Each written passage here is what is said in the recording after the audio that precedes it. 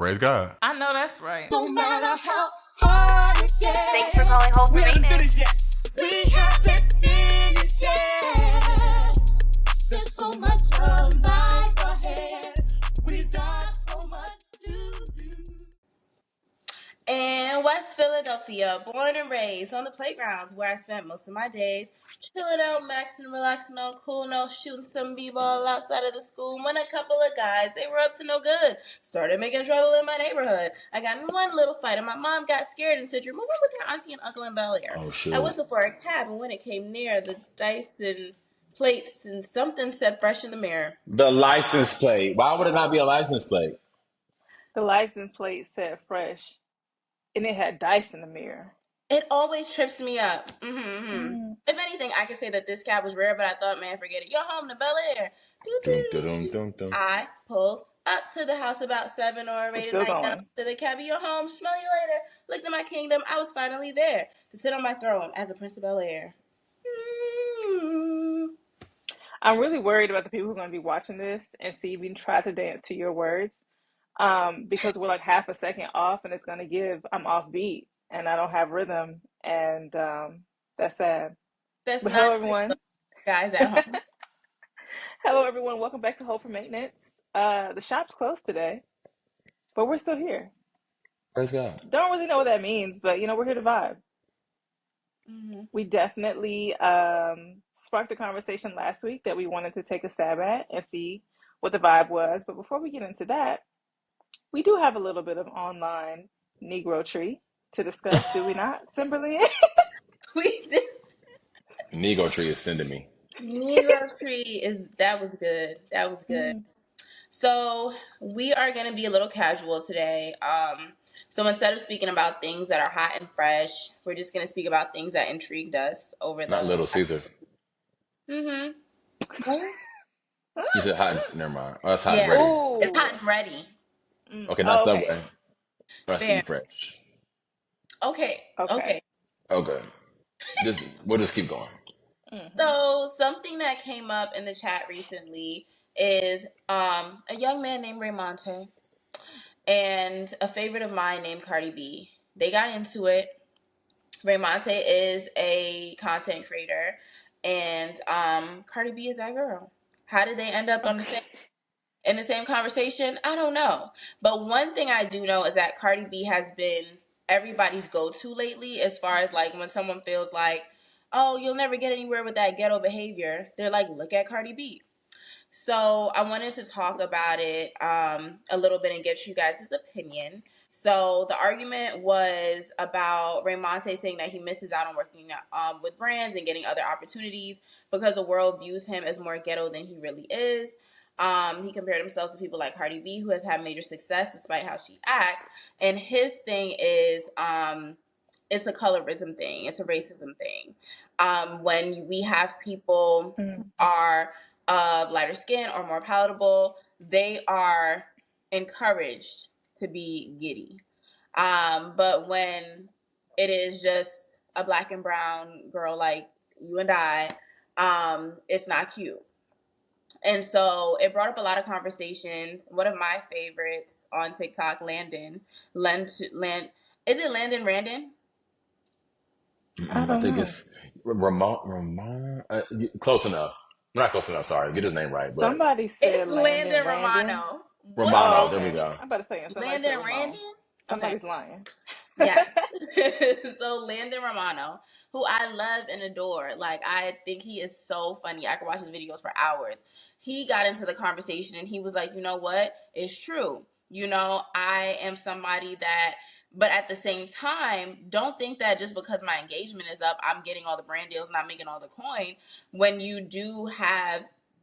your content lends to a certain demographic, it is less marketable, and it just is what it is. So I wanted to get you guys' opinion on that type of conversation. I love Landon. He should have sat this one out though. He should have. Yeah, you're white. It's just I'm just being honest. You should Is have sat. Landon white? He's white. Yeah, he's white guy. It might be spicy white with a name like Romano. He's white. Yeah, I feel like He self-identifies as white. So, and also socially, his social existence is white, so he's white. But I think, I think the conversation of colorism and like the political energy behind palatability, he should have said this one out. But whatever. But I think with the Ramonte conversation, I think it's tough because privilege is hard to discuss with people because I think what people hear when you highlight their privilege is that they got it easy. That it feels almost discrediting a little bit because I think his words wasn't to discredit Cardi B. It was more so to use her as an example of how colorism, the system of colorism, plays a part in her trajectory. But I think, of course, as Cardi B is watching it, she's like, "Hey, I worked hard. I do get backlash, the things." And so I think the conversation kind of got lost in offense. But I think it's not even a new concept of the fact that lighter skinned people are allowed or rooted on to do certain behaviors that darker skinned people just aren't. It just is what it is. And I think that it's not that robust of a concept to understand. But I think, of course, on Twitter, when you put stuff on Twitter, it becomes like a whole war zone and the things. And plus, this past week has just been an argumentative week for Twitter in general. The girls are fighting. But yeah, I think all in all, he made a lot of points. I guess my question or my whatever is like, if you know that this how the system works and you're not playing into the system, the expectation to still benefit from that same system, to me, is where you lose me. Like if I consciously say that I'm not going to play the game, I'm probably not going to reap the reward with their version of reward. I may have to go over here and do my own thing. You know what I'm saying? And so I think so it's like, if I'm not going to play the white game, if I'm not going to play the systemic game, if I'm not going to play the palatability game, that's fine. But you're probably also not going to get the palatability rewards. And I think it's to take both on the chin, in my personal opinion. I actually want to bring it back to one of the episodes where we talked about, you said this, Obio, that people don't recognize that gift of gab is literally a gift. For and sure. I think that it's time to start having real conversations. Like, it's time to be for real. It's time to start having real conversations about talent. And the fact that talent is talent. And when talent shows up, it does something for people. And I think a lot of people, like, I don't know if you guys saw, like, the UK girl who was in the interview with the woman who was saying to her, you're ghetto. I almost said older. But she was basically saying, like, you're ghetto, in not so many words, where do you think this is gonna get you? And the girl was like, well, Cardi B made a career out of just, talking mess and doing whatever, and now she's successful. And every time, like I said in the beginning, every time somebody has this moment of ghetto cannot be successful, Cardi B gets into it when it's like, Cardi B has had a strategy for a very long time in the ways that she aligned herself with people, in the way that she used the reality show to leverage her music, in the ways that she collaborated when she finally got on the scene. Like, she's always been a girl. What, Obia?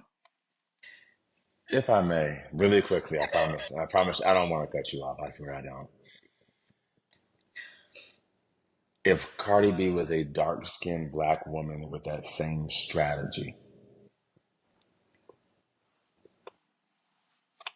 I've been set for some time here. I've been set quiet. Go ahead, friend. What were you gonna say? No, I've been listening because I think that what Obio just said remains to be the point. Something that I've noticed with Cardi B specifically that interests me, that I have not seen anywhere else in the way that Cardi B is doing it, but like having these drink brands in her actual music videos where she's shaking and throwing ass. Like having actual branding next to her face, like in the Yeah. midst of music videos, you see someone like maybe Megan Thee Stallion having Nike deals, having more to do with just her as a person rather than incorporating in her messaging. But I found it really interesting that Cardi B gets to talk about whatever she wants to talk about, cussing, throwing all kinds of like language and cultural references around that a lot of brands would shy away from. Would it be anybody else? And so, if there was a dark skinned black girl doing these things, I don't know if she would have that level of success. So, I'm not taking anything away from Cardi B's work and or her strategy, but I do think there's something to be said that we're seeing things with her brand that we're simply not seeing. And I think she also benefits from her Latinx background and having a fandom and audience in the Latina community, because that is one of the biggest markets on this planet. Mm-hmm. So I definitely believe that her ethnicity and her fairness of skin allows her to cross over in a way that a lot of people don't get access to, even with her very black informed way of being. Right, because she is also, and I guess the difficulty for me, and I'm happy that you did ask the question though, OBO, like, I'm trying to think in my brain so deep and so hard about someone comparable. I'm even thinking about anybody else who has leveraged the Love and Hip Hop franchise in the way that she That's what did. I was I trying don't to know think anybody else who has come up with that. And Not a soul. even anything about Bianca, who had chicken noodle soup with a soda on the side, and she was on the cast with her, and still wasn't able to leverage it in the same way. And again, I think what's necessary for me to highlight right now is that this is no shade to Cardi B. Like, I'm not dispelling her work ethic. I'm not dismissing her energy, her like ability, her talent, none of that. I'm just saying that in the same amount of hard work that you put in, another person of a darker skin complexion put the same exact hard work. I'm not saying you didn't put in hard work. It probably won't make out the same way. Amara La Negra. Case in point. Case closed. like. Just a whisper. Moving Huh? along. Say What do you more. mean?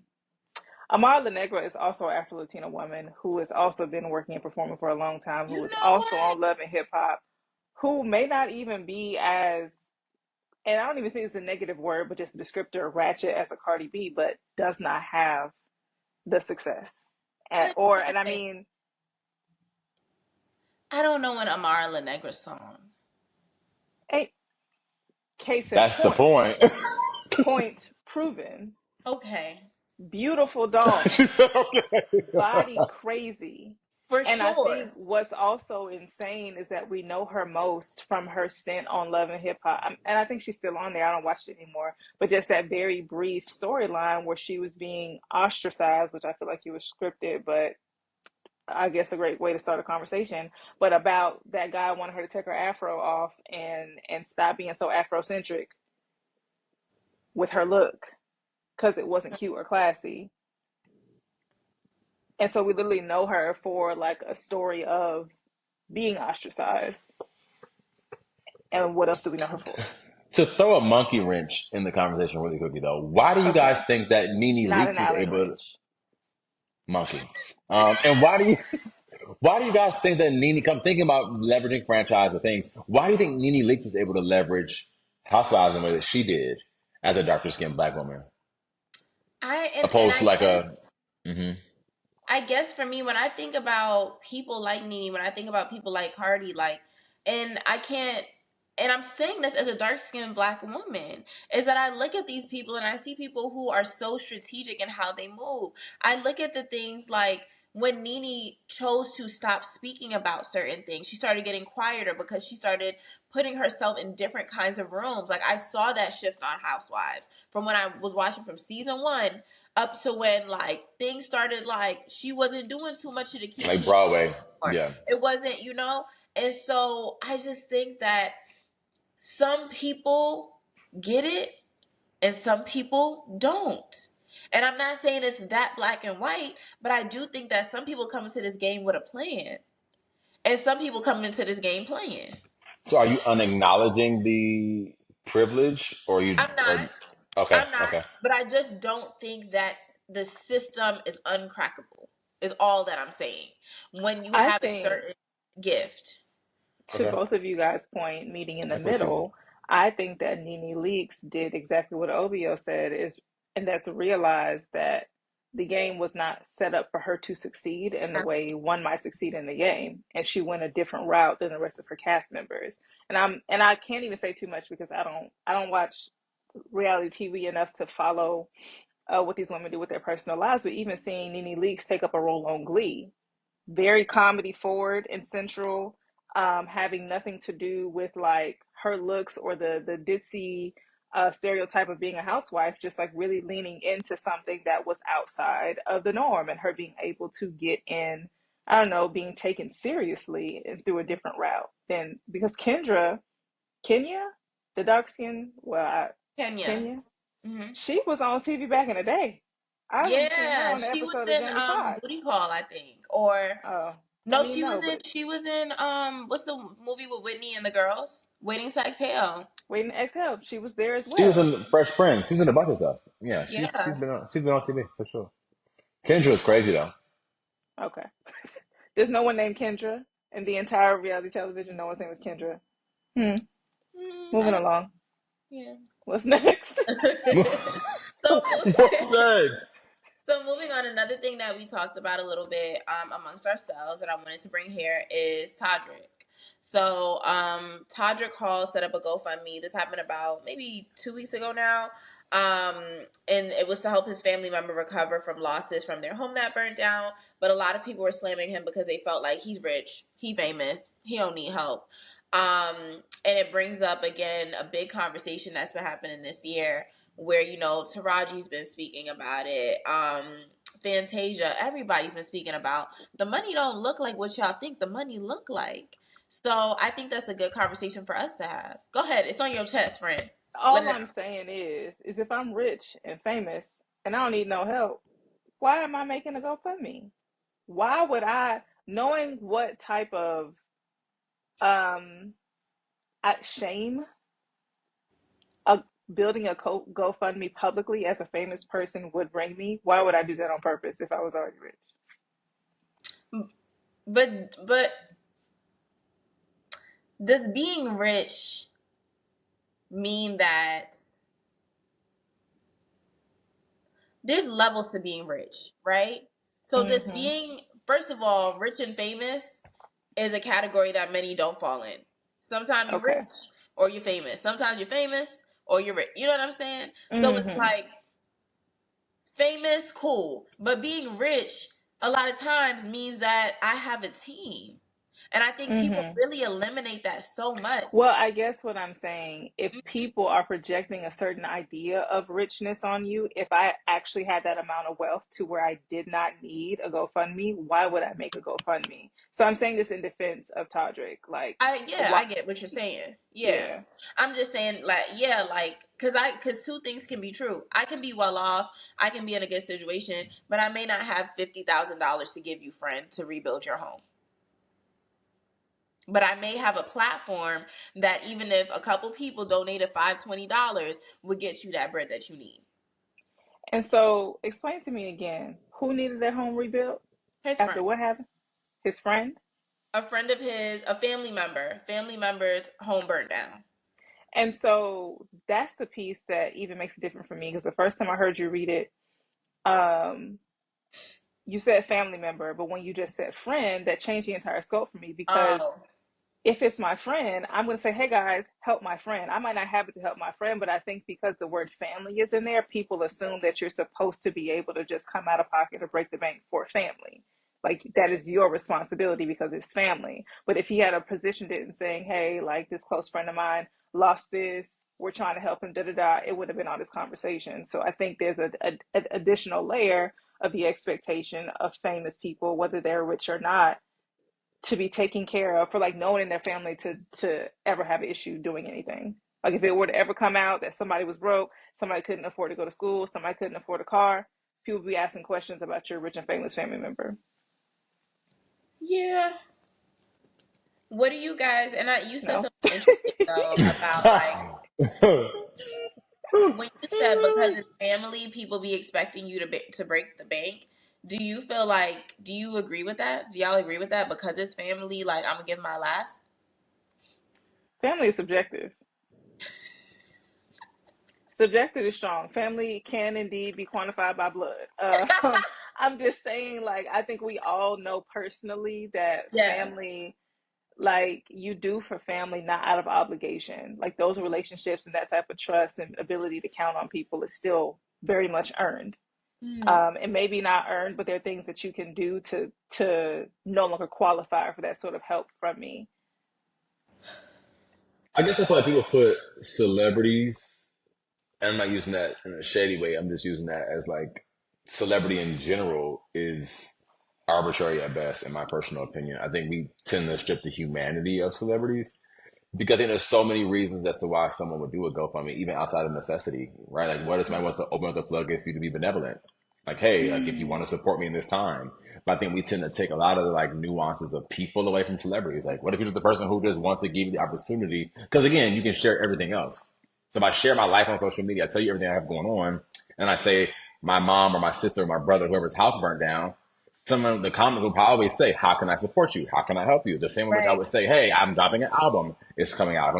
People facilitate opportunities to get money from people all the time. That's not nuanced, in my opinion. So it's like, why, as a celebrity, can't you say, "Hey, burnt down, and it is what it is"? And also this trope of because I don't need it, I can't want it. Like most Mm. celebrities get thrown to the left. I may not need a birthday gift. I can buy it for myself, but I want a gift. Is that crazy for me to want a gift? Sorry, y'all. I'm saying, like, am I crazy for deciding I want a gift or I want someone to buy me dinner, even though I can buy it for myself? I want someone to do something for me.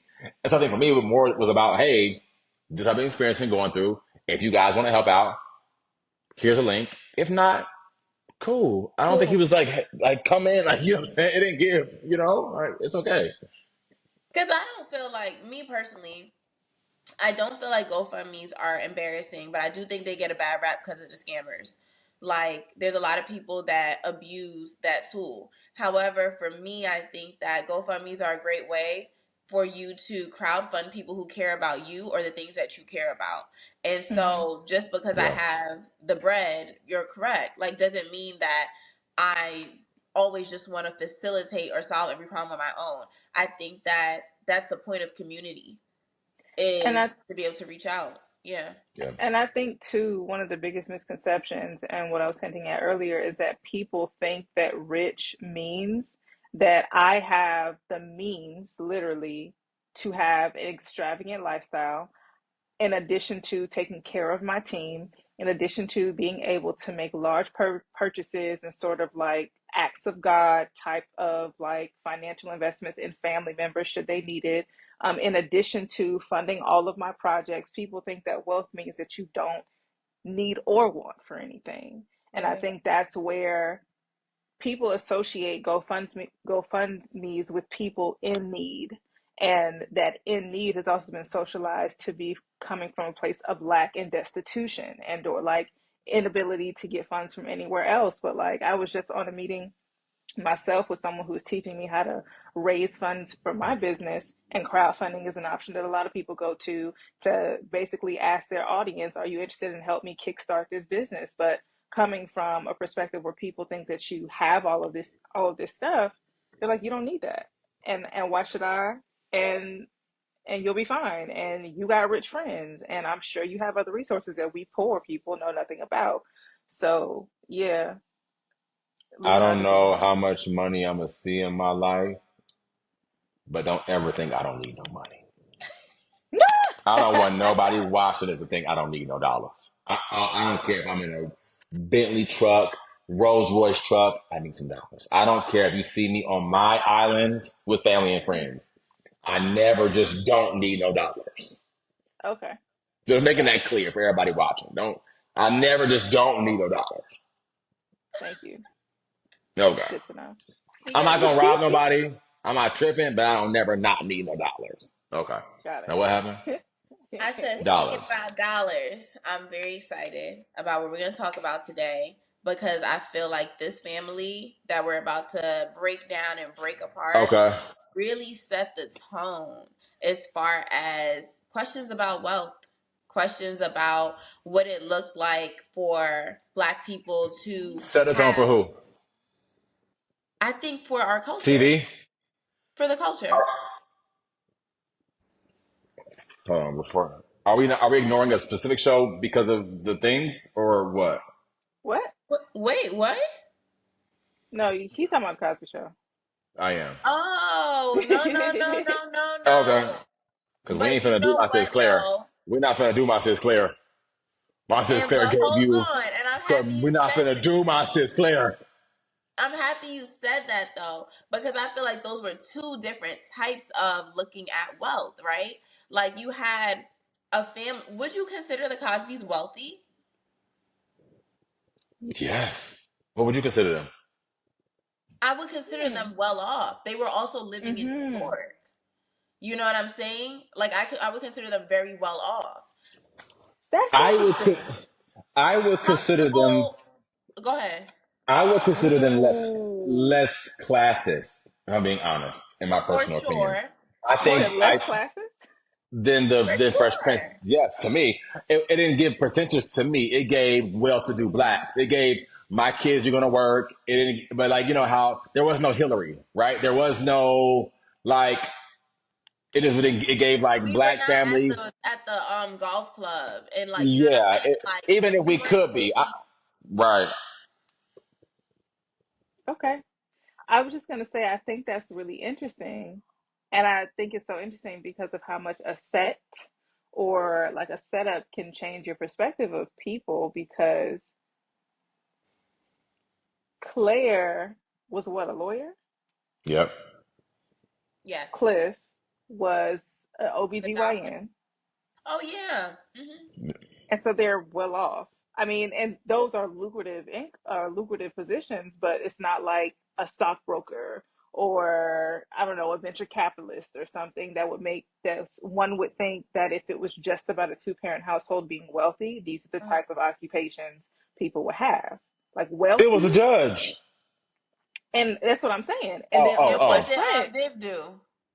she was Teacher. a professor and a Oh, judge. dark skinned Aunt Viv. But light skinned Aunt Viv ain't work. Yeah, she had a baby and never went to a Hold on, job guys. again. Both Aunt Bibs were the same bib. Y'all about to piss me off. No, they were not. No. Anyways, Why would you say that lie? because He light didn't skinned remarry Viv was somebody. never given this. Light skinned Viv was Yes, never. he She was did. never given What that. do y'all think this is? What did That light now skin Aunt Bib do? Sim is correct. That lady never went to work a day in her life after having that Never baby. gave The work. Never character gave became a pocket. stay at home mom to necessitate the light skinned lady. And no shade to her. She did a great job. Love that woman. But what I was saying is you have a couple that's a doctor and a lawyer, and a couple that's a judge, or someone who becomes a judge, and a professor. But these people live in a mansion, so you perceive them to be wealthy, but they also don't necessarily have jobs that are bringing in millions of dollars. I don't know how much money a judge makes, but I think they No, sat just them make in keep this going. mansion and told us they were wealthy, and we believed it. I don't really know what that matters, but I'm just thinking. I'm just thinking about like, when you ask me, do I think someone's well off or wealthy? I would say they were both well off, but you have the Banks family in a mansion with a pool house and a pool, living in And a a white butler. neighborhood. Questions now that you break this down because it does not give me, and I know this was a different time, but it doesn't like, but were drugs in the room? Because how were we affording? Well, you got to think about it. There's so many opportunities. I'm sure he owned property. I mean, they didn't show on the show, right? But I'm sure if you're a Okay, judge, okay. probably own some property, stocks and bonds. I'm sure he had millions of dollars somewhere. I mean, come on, that's not hard to come by as a Hey, and they judge. had a whole butler. They could have come up with some better jobs. Hold on now, they could have come up with some better As a jobs. judge, though, Hold I on, don't I just know. looked it up. a judge makes a cute dollar already, and then you can afford to invest in self. The What you looking at? estimated Oh, that's 73. Oh no, that ain't no money. Wait, it Okay, is. That ain't no money. okay. but think about what he's on TV. But think about like Judge Mathis, cute dollars, Beverly Hills money. But Okay. yeah, but you He know, I on mean, he was on TV. TV. Yeah, he was on TV for sure. It's a little but But see, yeah, more. but so yes, you're right. There's other things that could have been in the room. Okay, sorry. Back to the mhm. conversation. Sorry, Sam. Go ahead. No, no, go Segue, ahead. Sam. Whose start was it? Yeah. I think you were mid segue, Anyways, weren't you? Oh, okay. you was mid Oh, segue, but we came to talk about the people. And just in terms of looking at these people on the Fresh Prince, what you were saying was that they set the bar for us, and that's how we got onto the Cosby Show, because one could argue that they set the bar of showcasing a wealthy black family. And I think what so many people talk about the Fresh Prince for and not the Fresh Prince for is because that trope was taken and a splash of ghetto was thrown in there. For And I both. wouldn't even Flash. consider Will ghetto, but just a very large splash of like cultural and like deeply rooted in neighborhood, and not really allowing the safety and comfort and shelter of a well-off family to preclude someone from the experiences of quintessential blackness. I said a lot of words, but I feel like we're on the same page. No, to make it Now, relatable, for sure. That's real. for sure, for sure, for sure. So like throwing in that dash and really made a beautiful dynamic that allowed us to see a lot of things take place. And there was just comedy. It was a genius concept because it's just comedy. Period. To throw a boy from the hood Yeah. into a rich black family's lifestyle and just literally see what happens. So we are just coming off an era where we were able to see the whole cast do a reunion where dark skinned Aunt Viv got her recompense. Do you guys feel like it's a classic? Do we feel like it aged well? Do we feel like it was something that was just for the time, or will you throw on an episode of Fresh Prince today and have a good cackle? I still watch Absolutely. Fresh. Love the show. Do I you have am a favorite episode or like something that you remember in particular when you think about Fresh Prince? sitting in Mm. the basement, something, something, something, girl getting on my nerves. Thought she Okay. was fine, thought she was mine. Don't know if nobody is It's hers. Here, here, here, here, here, here, here. When she took off all on that. That's my girl. I Mhm. love Uh-huh. that episode. That I was love good. the Timer episodes. Um, Mm-hmm. I just, They had a I baddie on yes, there as a love interest. yes, Down. yes, The women was fine. every They single were. time. They were. Hmm. They did do a good job with So the women. I'm not gonna hold you. But it's funny you bring that up though, because I think, and I don't know how we got to this. No, I know how I brought it up, but not to keep bringing the Cosby Show into this.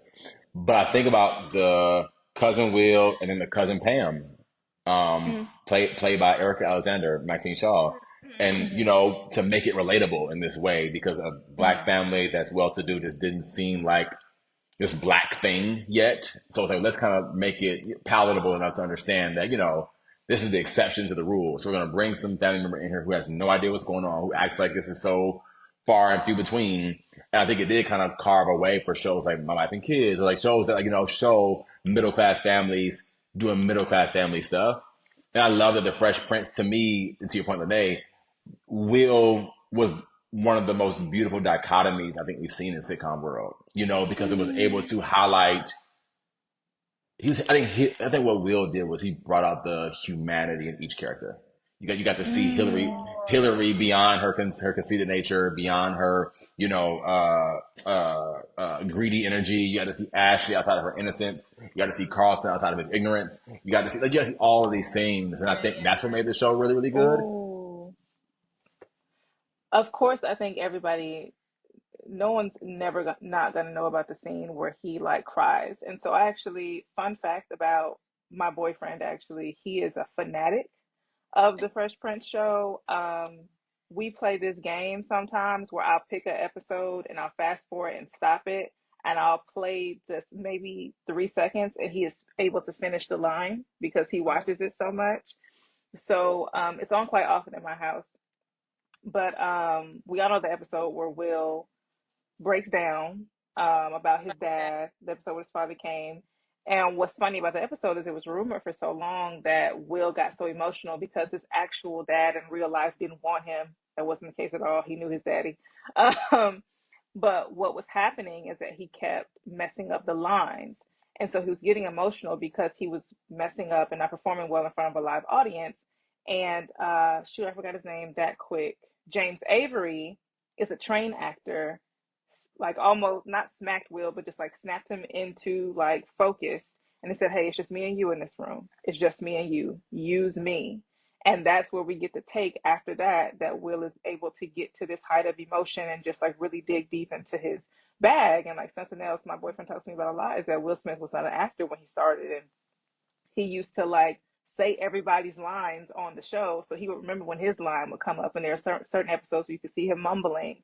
But to have come to a point like that, I think is just also so beautiful because you have this boy who was literally still just pulled out the neighborhood in real life as a rapper with Jazzy Jeff, and like learn how to cultivate this artistic side within him to get to that point. So that was just a little bit of backstory and a bit of a tangent, but what I was getting at is that's one of my favorite episodes because we're able to get into the dynamic. We see these present Black fathers in these sitcoms for positive light, but here we have a kid who's input in his family who does not have this experience, and we talk around it, and now we're directly talking about it. But still, my favorite episodes, I think, have to be when Will is actively lifting the veil for Carlton. There's a time when Will gets shot for Carlton. There's a time where they get pulled over by the police. There are times when racism is involved, and Carlton's like, huh? What? And I think it's so important because I think that we're all saying we get to see the dynamic of this black bourgeoisie and the black working class. And Will is like that lever for the whole family, and sometimes unintentionally, and sometimes for the purpose of like the cool of it all, but it's all still so powerful. And one Those thing are my Will knew how favorite to do songs. was dramatic pause us. He was going Ooh, dramatic. When he told Carlton, "Give me the gun," give me the gun. I said, I know that's right. And then when he was like, even in the dad scene, why he don't want me, man? yeah, It was just like, Will, I'm here. I'm with you. yeah. I really enjoy. Yeah, no. I think my favorite episodes were with Aunt Viv when they highlighted Aunt Viv. To me, she was just so regal. I just lived for her. Mm-hmm. And I mean, we all know the season. I mean, the season the episode when The she was dance. dancing, overlap, pop, pop, and Yeah. walk, and walk, and walk. And my favorite part though, when she left out and she said, "Boom" to the white girl, and And fell out yeah. immediately after. And I like when she Yeah. just kind of stood up. No, I'm sorry. Last one when she is this the right show? Yes, it is. Um, Jada Pinkett and Will Smith were dating. Mm-hmm. Wrong show. Were they? No, right show. No, right Yes, show. Because and On the and show? and Oh, okay. yes, and maybe it was Jasmine Guy.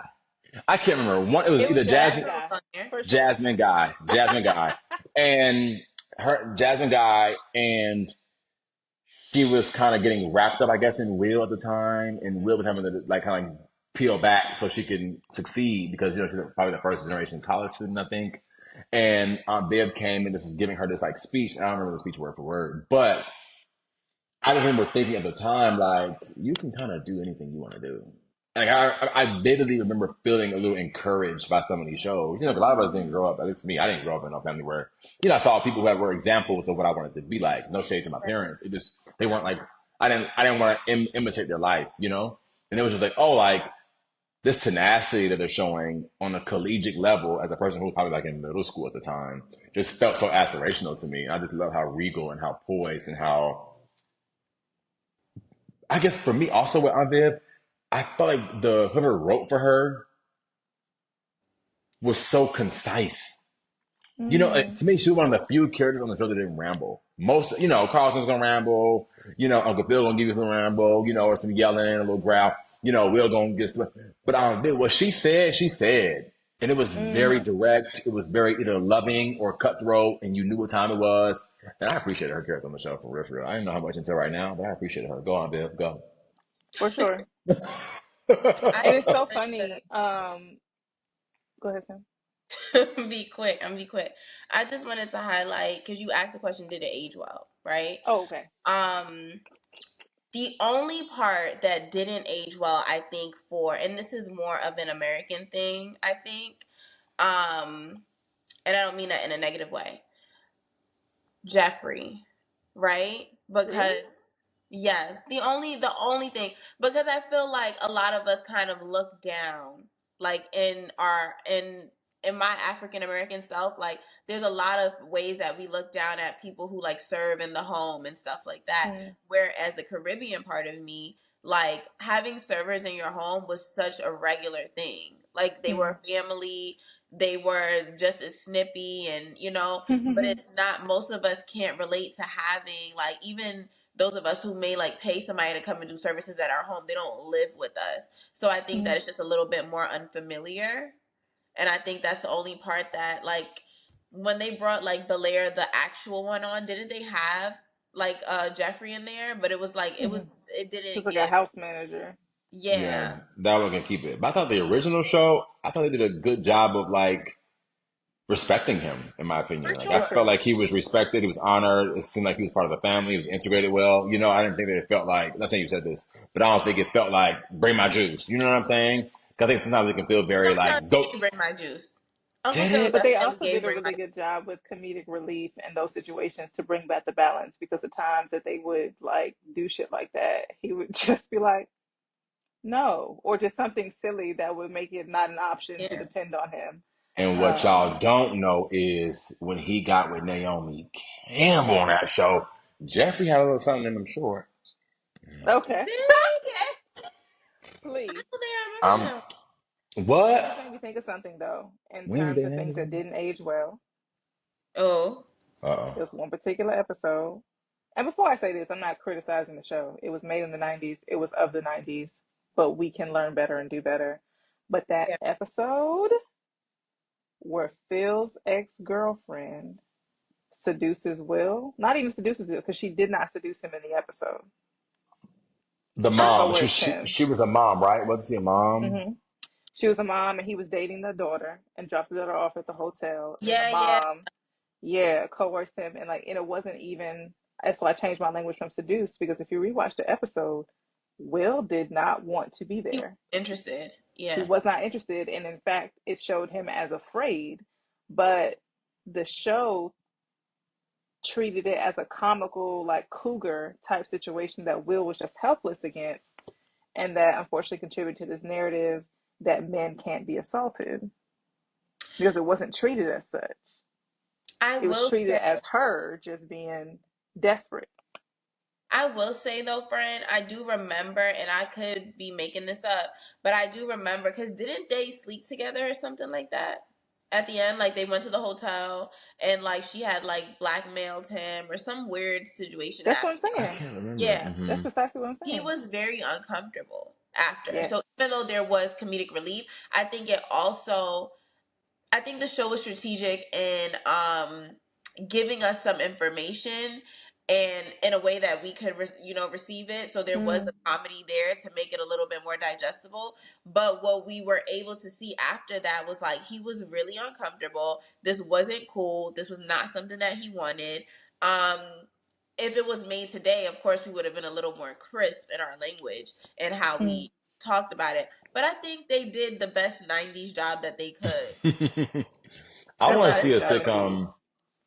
I want to see a sitcom with where like the daughter is promiscuous and everybody's cool with it. Has that happened in sitcom land? Yeah, not with black people, but in what is it called? Married, and married. What is it? Married Fran? with Oh, married with children. Yeah, I it's haven't a seen. really old Okay. sitcom. And the daughter, and even in that '70s show. Oh, I okay. remember I used to watch that '70s show. But to your statement earlier, Obio, I don't want to see another sitcom. I was having this At conversation with all? someone the other day. Okay. Yeah, the ones now are not good.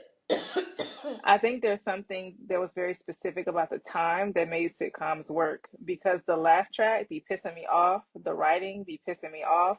I will say that the only sitcom that I've seen in this decade that surprised me was The Upshaws. Hmm. I But didn't I watch. feel like sitcoms these days rely so much on a star, and like that star has license to ramble. The cast sort of just has to play with it. I have not seen Miss Pat, but I've heard great things of Miss Pat. Only reason why I haven't seen it because I don't have a BET subscription. But yeah, I don't. The laugh track don't be giving it to me. The writing is not convincing. The storyline isn't convincing. It doesn't make me feel in it, and it doesn't make me feel like the cast is as talented.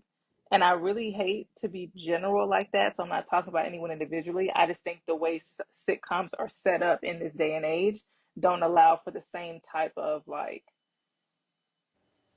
I don't know, just like ensembles that are ensemble casts that are tends across the board to exist and coalesce and feed off one another. Can I you give think an there's just so example? many. Sorry, go ahead. I was gonna say, can you give an example for one that disappointed you? I thought you were saying Um, all of them. yeah. The ones that the age of sitcoms and where I stopped watching them was definitely the Tyler Perry. House of Pain started off good to me, and it wasn't good anymore. Meet the Browns already it was okay, but they were starting to lean into Mr. Brown's hijinks. more than anybody else's writing very early on. So those two are ones that I can give examples for how they disappointed me. And I don't remember the names of the other ones that I've seen. So I think shows now are focusing on making sure they highlight each demographic. I think even with the Upshaws, which makes it nuanced though, I think because my best friend is on the show, he plays Bernard, and I think even watching his character, it's like he plays a gay man, and I think a lot of shows are trying to make sure they fulfill each quota, right? Do we have a dark skinned person, a light skinned person? Do we have a queer person? Do we have you know what I'm saying, to make it relatable for everybody? And I think Yeah. some of that gets lost, and then some of the writing gets lost. But I think, again, we're seeing shows that, and I think The Upshaws, to your point, is probably one of the few sitcoms that I still watch to this day that have come out in the past, like maybe 10 years. But I think, to your point, it's very, very difficult. Carlton. Hold on. Very Hold good. on. We're gonna chill on Carlton. Y'all know that's me. We're not gonna Okay. chill on Carlton at all. We're gonna We're chill gonna on eat him Carlton. up. So it is what it is. Is Ready? he fine or no? Yes. No. No. His character development and makeup did Chocolatey. so well at making him nerdy and like not in a cute way, but just like dweeby. As in, I think we would classify him as an antagonist to Will, and because Will was such like a everybody's everybody, it gave here go Carlton. So I was just annoyed. I was too annoyed to see him as fine, and it gave too short for me. He That's never bothered me. exactly where I was going with it. I Too was small. never bothered. Never bothered by him. What was small?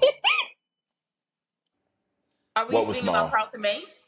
What was small? The package of him. What package was small? The one he was delivered in to the earth. Was it small? Okay. Was it not? Did you not see all that wagon back there? Did you It miss the was wagon?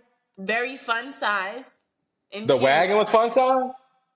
I'm saying what the wagon was a part When of. they snuck in through that pool party and Uncle Phil put that pin in I'm his not gonna duck. lie, that's my favorite episode.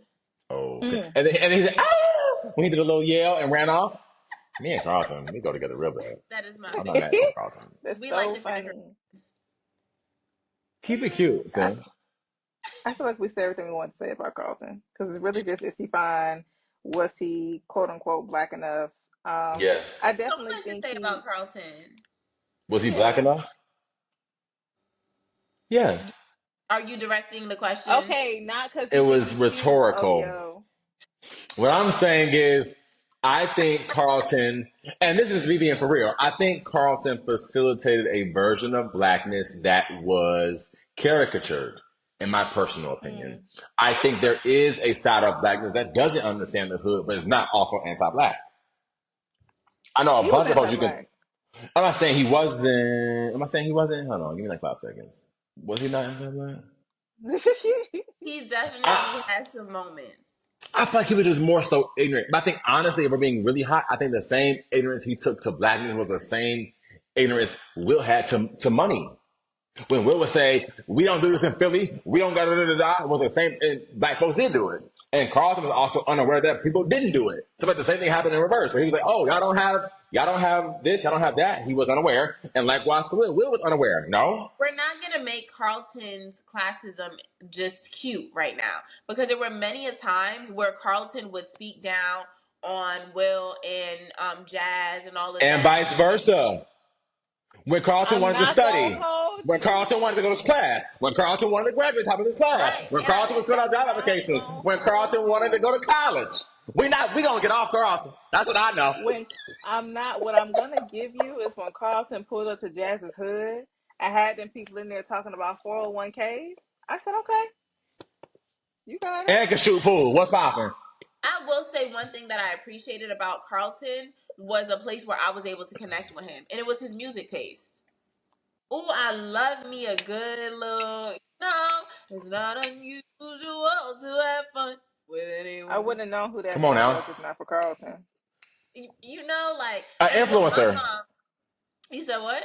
An influencer, if we're being honest. Influencer is crazy. Okay, let's Pump the brakes. Influencer is crazy.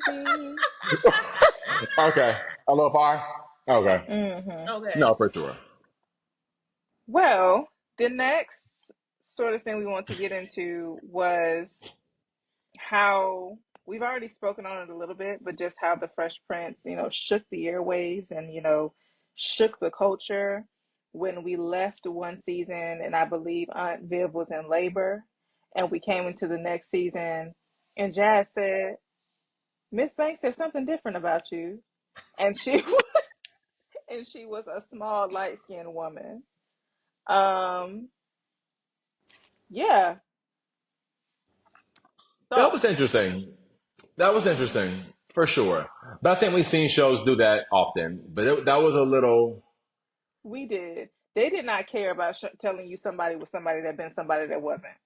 Not back in the day. They switch out somebody very quickly, which is why a lot of us was confused when they was like, "What are they gonna do about Kang in the Marvel universe?"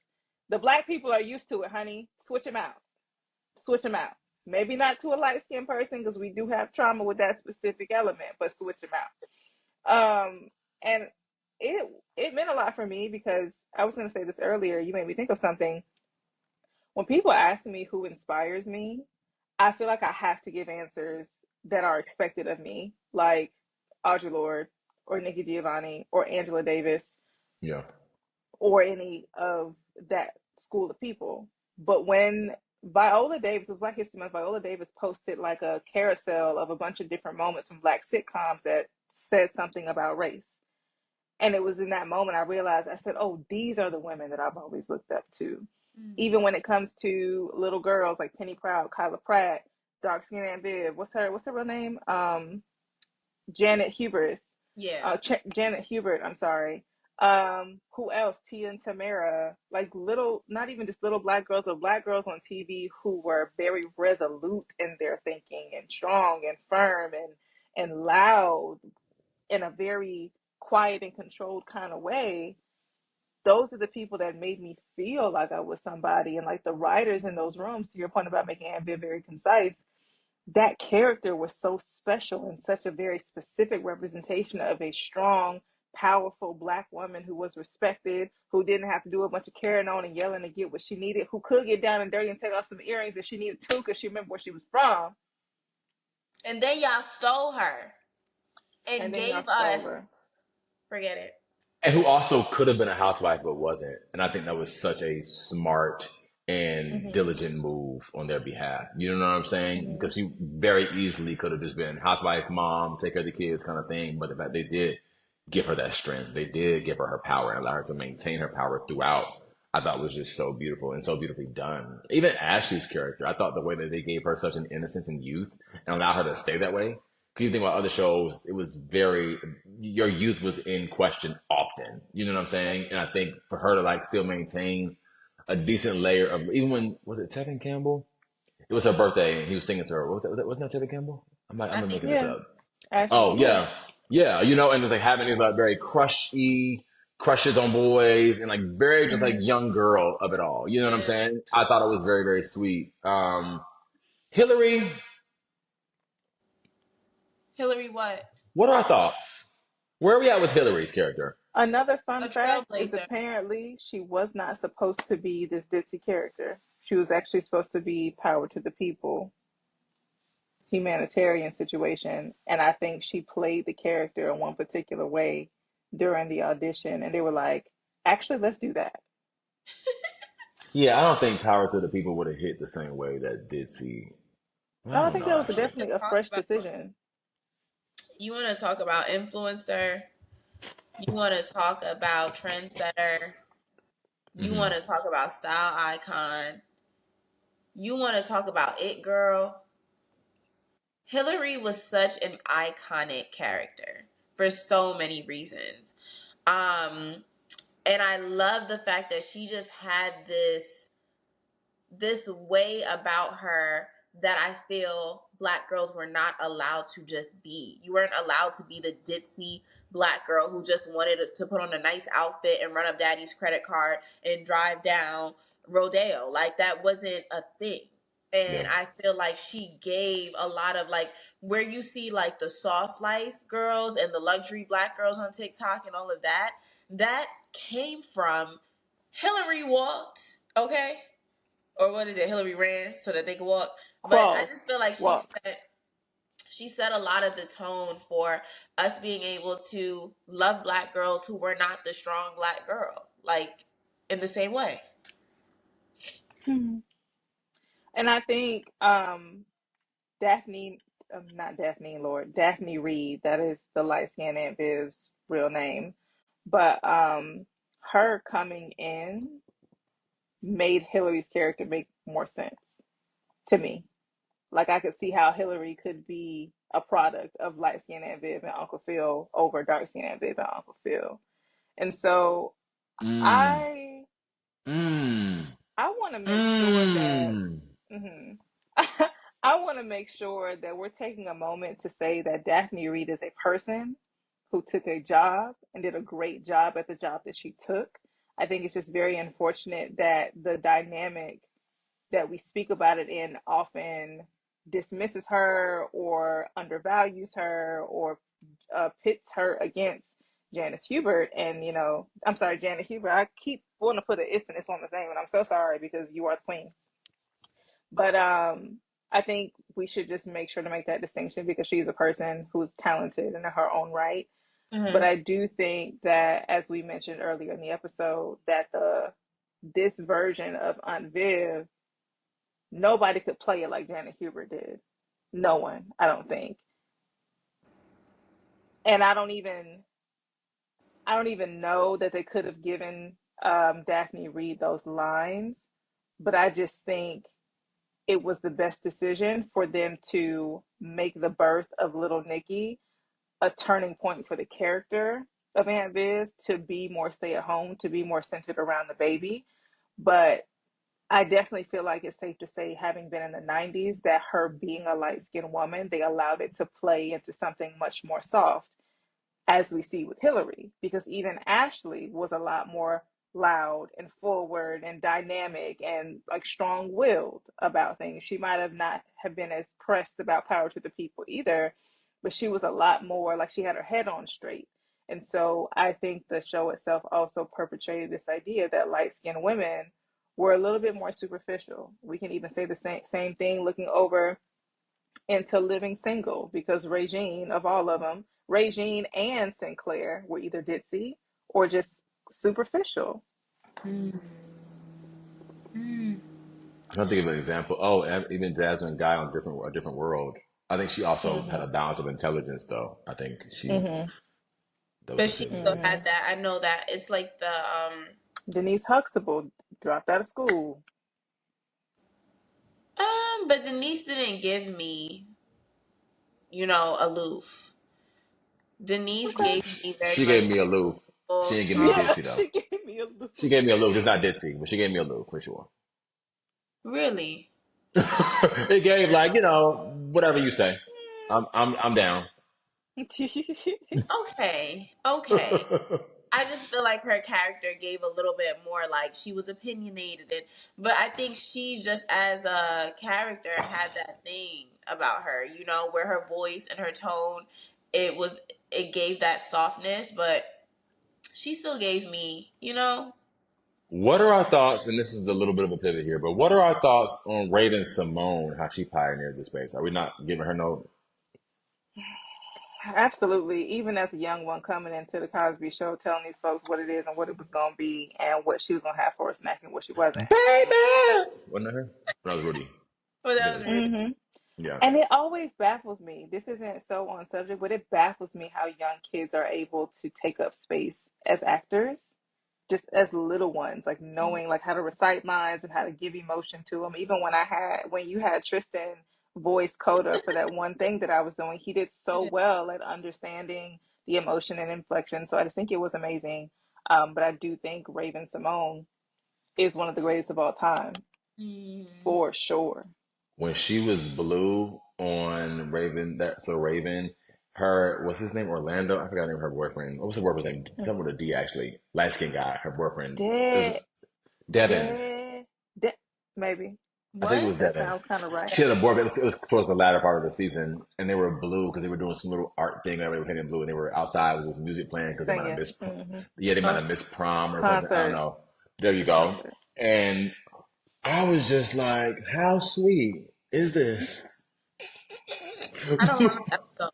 No idea why it's so pertinent in my space either, but I remember it. But yeah, I think Raven Simone to I me, thought you were going somewhere with that, Obia. I was I waiting on it. wasn't. I just remembered it. No, no, no, Okay. no, no. But even like Xenon Girl 24th Century, I don't know. Raven was just like all over the TV in my opinion, like at that time, and did a lot in my opinion. Because she also was not quite light skinned and also not quite dark skinned in my opinion, I guess. And stuff like she kind of took up a lot of space as a noticeably black girl. Right. In you know what I'm saying? It I wasn't like care about this. what, like when you literally when you said Raven, and I started thinking about all of the things that she's covered.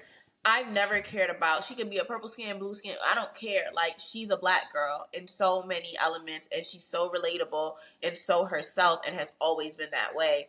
And I feel like I guess we can talk about, and we don't have to, but she's one of the actresses to me that did not allow herself to be pigeonholed in any way about what she presented as an actress. And I think that was very important for us to see on film as black girls and black And people.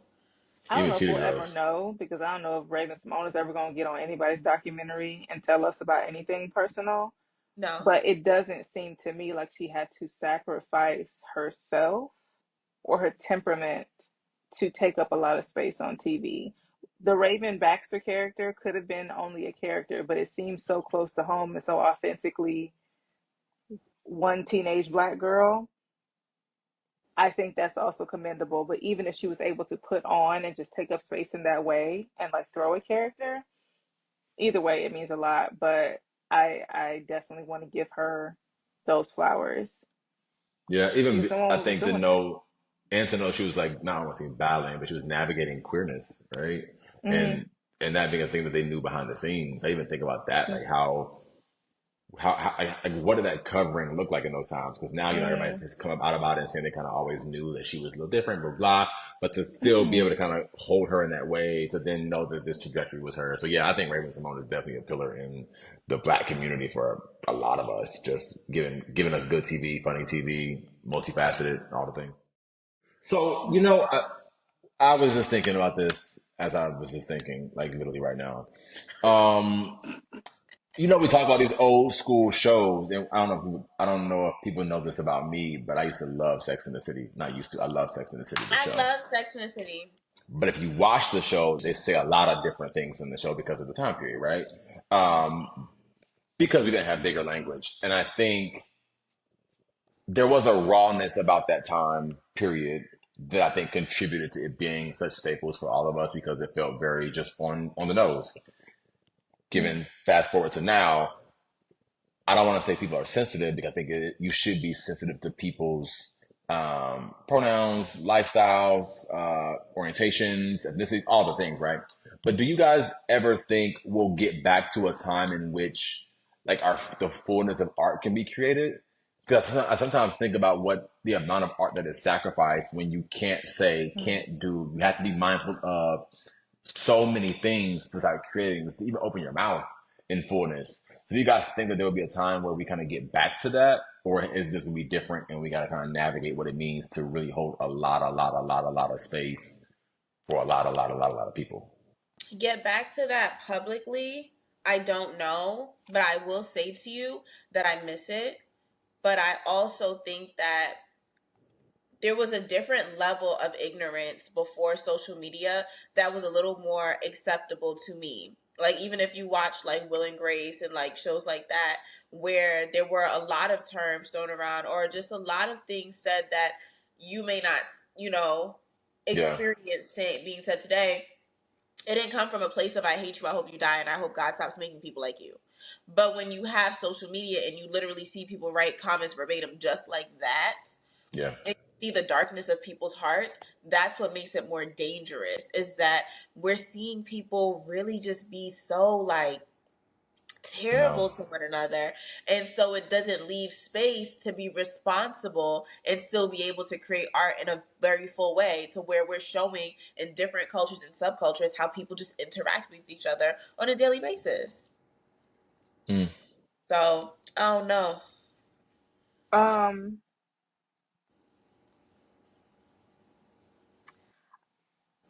I think my perspective is a bit controversial just because of the words that I'm about to use.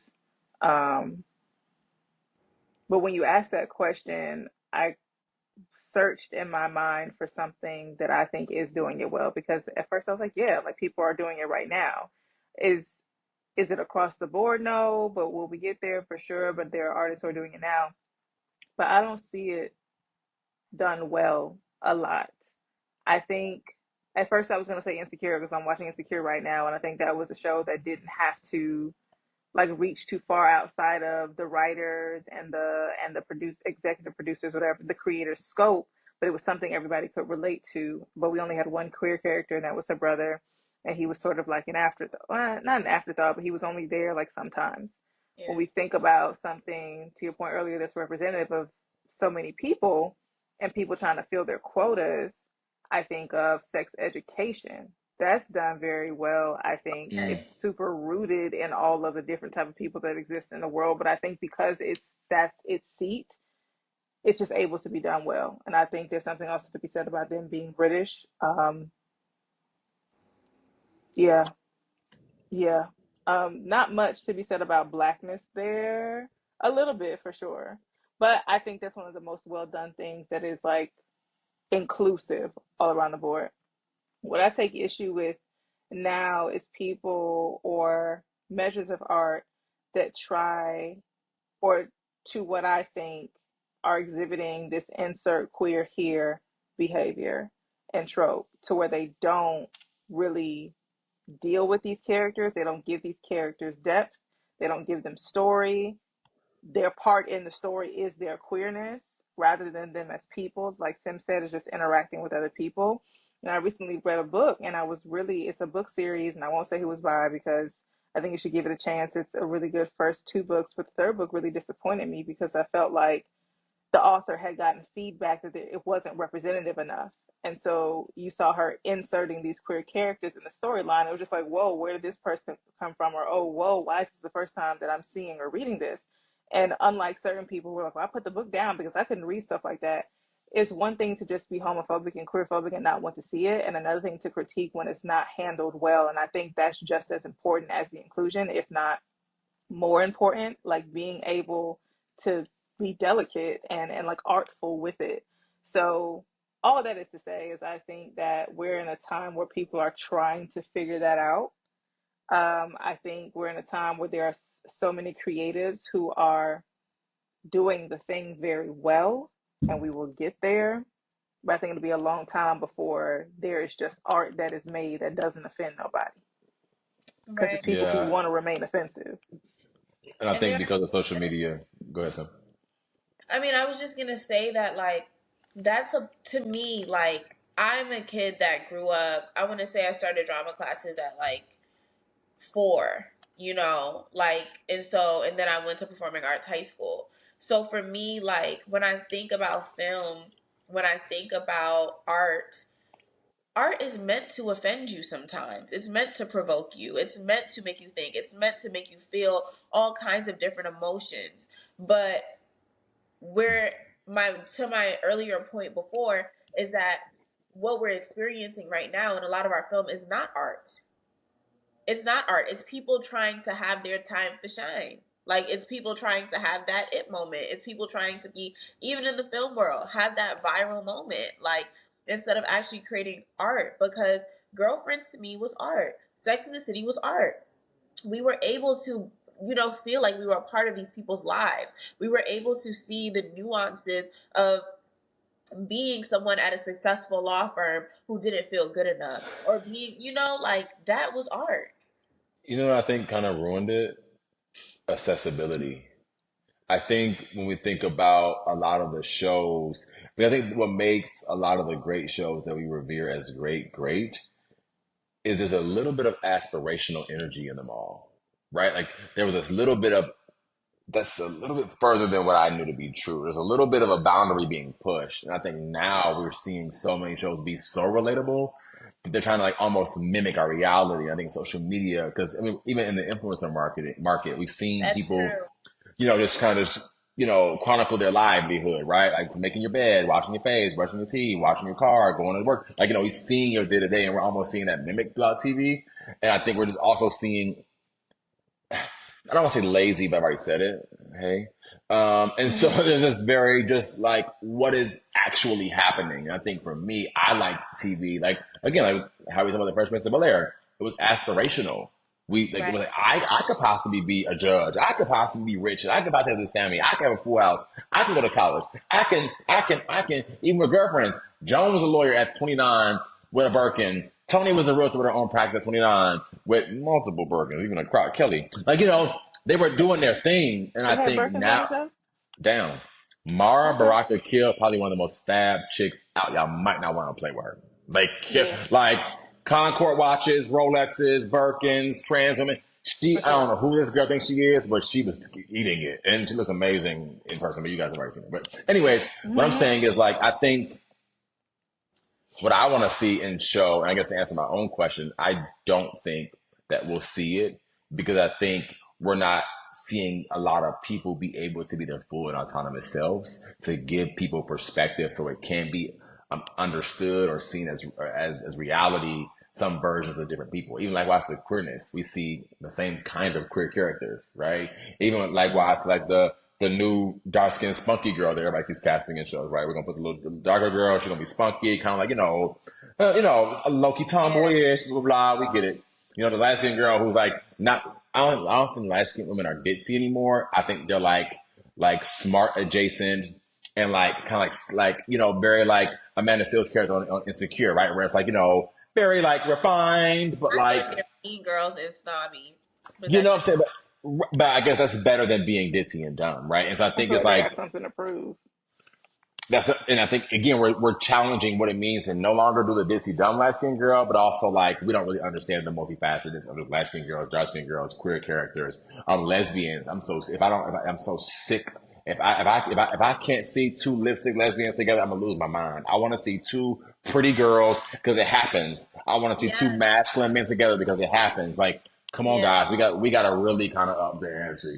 And again, we all have pens and paper or access to writing tools, so we could do it ourselves. I'm saying we won't in our lifetime, but I just would love to see TV become aspirational yet relatable again. Where it's like Mm. we're both black and kind of like Will, for instance. Will was a lot of us.